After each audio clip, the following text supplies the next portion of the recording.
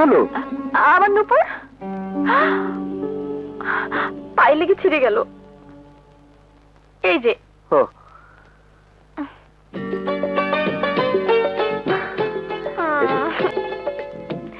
আমার নুপুরটা ছিঁড়ে গেল, এখন কি হবে? কিচ্ছু হবে না। কাজে যাওয়ার সময় যে দোকান থেকে কিনেছি সেই দোকানে দিয়ে যাব, ওরাই ঠিক করে রাখবে। আরেকটা কাজ করো, ওটাও খুলে রাখো।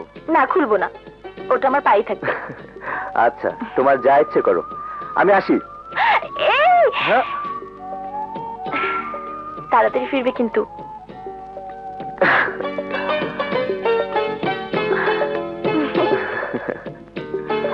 এই ছাড়ো, কি হচ্ছে? ছাড়ো না, যাও যাও তো।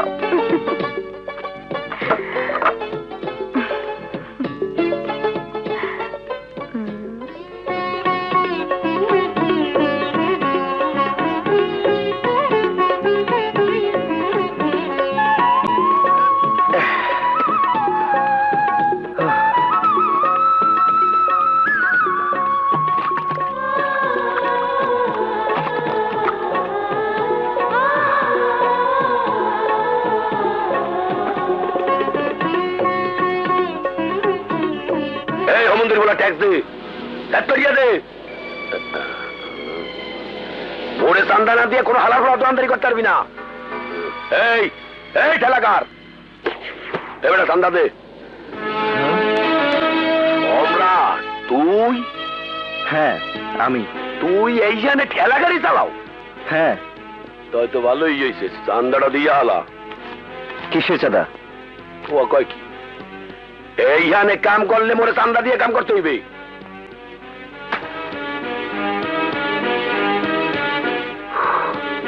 এই সম্রাট বেঁচে থাকতে কোনো শালা এখানে চাঁদাবাজি করতে পারবে না। রমজান, ভালো চাষটা এখান থেকে চলে যা। রমজান খালি হাতে ভেজে যাইতে জানে না, হালার ফলার কাটতে হালা।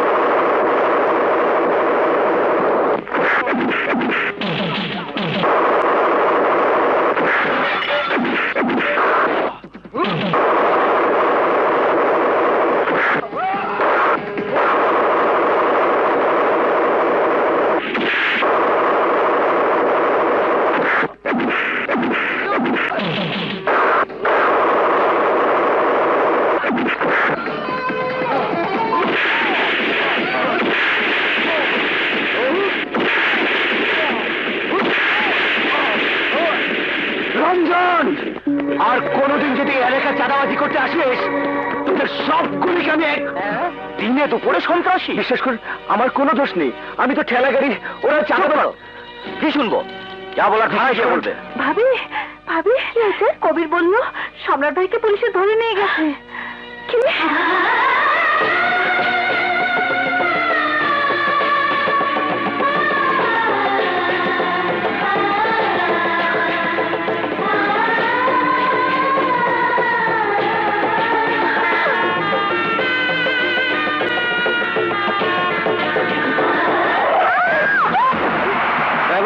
তাড়াতাড়ি হাসপাতালে নিয়ে চলো।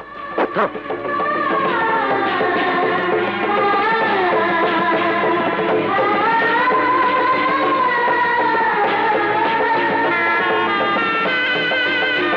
মোরা এই মহল্লার মানুষ, সম্রাটের কোনো দোষ নাই স্যার। দোষ নাই মানে? সম্রাট একজন চিহ্নিত চাঁদাবাজ সন্ত্রাসী ছিল স্যার, এখন সে সৎ পথে চলে, ইট ভাঙে, ঠেলা গাড়ি চালায়। ওই রমজান সে চাঁদা চেয়েছিল সম্রাটের কাছে, সম্রাট প্রতিবাদ করেছিল। এই অবস্থায় আপনার পুলিশ তাকে গ্রেফতার করেছে। ঠিক আছে, আপনারা যখন বলছেন সম্রাট সৎপথে ফিরে এসেছে, তখন আমি ওকে ছেড়ে দিচ্ছি। এই, সম্রাটকে ছেড়ে দাও।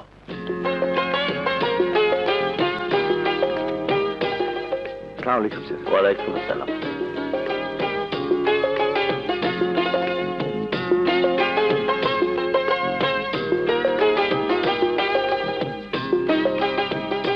সম্রাট ভাইয়া, হ্যাঁ, ইয়ে, ভাবি তো ঘরে নেই। নাই মানে? তোমাকে পুলিশে ধরে নিয়ে গেছে শুনে দৌড়ে বের হয়ে গেছে। বলিস কি? আমরা তো মনে করেছি থানায় গেছে, যায়নি। না তো, আমি তো এক্ষুনি থানা থেকে আসলাম। হায় আল্লাহ, তাহলে কোথায় গেল ভাবি? মিষ্টি, মিষ্টি! কাশিম ভাই, মিষ্টিকে দেখেছেন? না তো। মিষ্টি? না না। আচ্ছা, মিষ্টিকে দেখেছেন? না তো ভাই।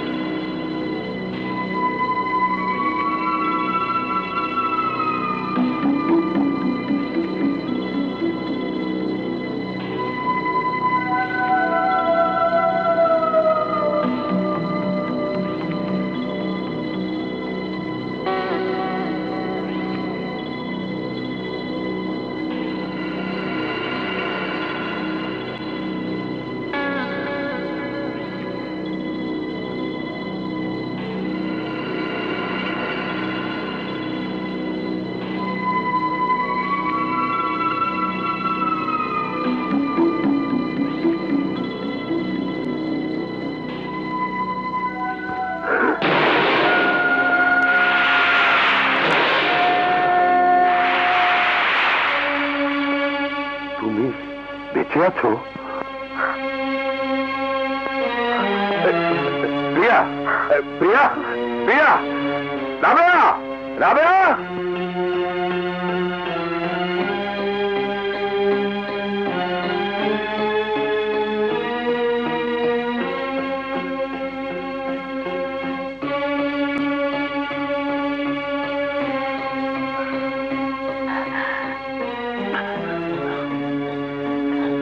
মা আমার, এতদিন কোথায় ছিলি মা? এতদিন মানে? এখন বেশি কথা না বলাই ভালো। কেন? কি এমন হয়েছে আমার যে কথা বলা যাবে না? তোমার কি কিছুই মনে পড়ছে না? হ্যাঁ, মনে পড়েছে। কেমিক্যাল ইন্ডাস্ট্রি থেকে বেরিয়ে আমি বাড়ি ফিরছিলাম। পথে একটা ব্রিজের কাছে এসে হঠাৎ গাড়িটা খারাপ হয়ে গেল। তারপর গাড়ি থেকে নামতেই হঠাৎ কয়েকজন গুন্ডা কোথা থেকে এসে আমাকে তাড়া করলো। তোমরা কারা? তোমাকে খুন করতে চাই।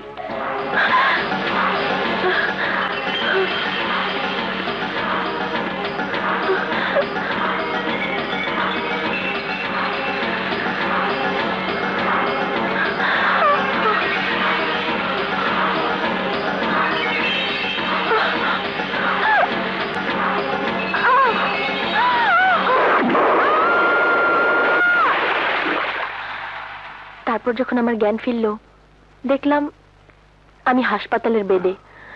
তারপর তারপর সোজা এখানে চলে এলাম। আর আন্টি বলছে কিনা এতদিন কোথায় ছিলাম। আরে তোমাদের ভাব দেখে মনে হচ্ছে আমাকে তোমরা নতুন দেখছো। আশ্চর্য। নতুন নয় মা, বলো স্বপ্ন দেখছি। তোমাকে তোমাকে আবার জীবিত ফিরে পাবো, এটা স্বপ্ন ছাড়া আর কি। সবই আল্লাহর রহমত। দুর্ঘটনার দিন থেকে আজকের দিন পর্যন্ত তোমার জীবন থেকে হারিয়ে গেছে কয়েকটি মাস। কয়েকটি মাস? হ্যাঁ, নিখোঁজ হবার পর তোমাকে কোথায় না খুঁজেছি। প্রিয়া গ্রুপ অফ ইন্ডাস্ট্রিজের চেয়ারম্যান প্রিয়া চৌধুরী নিখোঁজ। এর চেয়ে বড় দুঃসংবাদ আমার কাছে আর কি থাকতে পারে। আমার জান্নাতবাসী ভাইজানের তুমি একমাত্র সন্তান, সকল বিষয় সম্পত্তির একমাত্র উত্তরাধিকারী আমার নয়ন মণি। এই ও কাঁদছে কেন জানো? তোমাকে নতুন করে ফিরবে। বাবা মা হারা জীবনে তোমাকে কোলে পিঠে করে সন্তানের মতো মানুষ করেছে। আহা, তোমরা সবাই মিলে আমাকে পাগল বানিয়ে ছাড়বে। তোমার দাউদ আঙ্কেল যা বলছেন সব সত্যি। আমি এ পোশাকে কেন? আরে এটা এলো কোত্থেকে? এতটা অস্থির হসনি মা, শান্ত হ। সব তুই মনে করতে পারবি। এখন ওকে বিরক্ত করা ঠিক হবে না, এখন ওর রেস্টের প্রয়োজন। আপনি ঠিক বলেছেন ডাক্তার সাহেব, আপনি ঠিক বলেছেন। একটা কথা মনে রাখবেন, পৃথিবীতে যত সমস্যা আছে